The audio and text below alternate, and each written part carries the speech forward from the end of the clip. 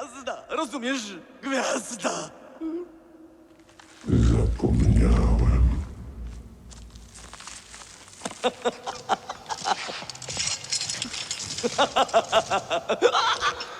Ich pycha! Ich pęd do śmierci, moja śmierć, bo widzę w nich siebie. Obraz jej w ekstazie miłosnej, nabitej na niego krzyczącej. Mówisz w środku wewnątrz zgoda, dostać się do wnętrza, wydalić to samo, nieskończoność jest do wewnątrz. Ja nie kocham, kochanie jest do wewnątrz, kochanie nie siebie, nie osoby, nie rzeczy.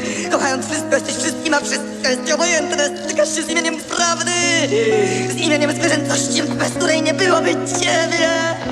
A widzę, to poza słowami, prawda, zło. Te słowa nie znaczą nic nie znaczą. Pragnę tego bólu, tego płynięcia. Teraz czuję się roztopiony w was skało. Bo to czuję człowieczą waszą przejrzystość, całkowity chłód. Jestem nikim. Zawsze byłem nikim. Nienawidziłem, pogardzałem pogodzonymi. Teraz ja najbardziej stępniony, bogaty, bo pogodziłem się sam ze sobą. Bo przecież złudzenie to nie zmienia na świecie nic. Nie jest nawet zmarszczką na jego chłodnej, metalicznej powierzchni. Ja widzę! To ocean!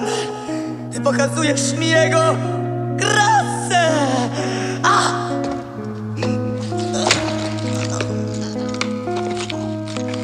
Powolniej, powolniej.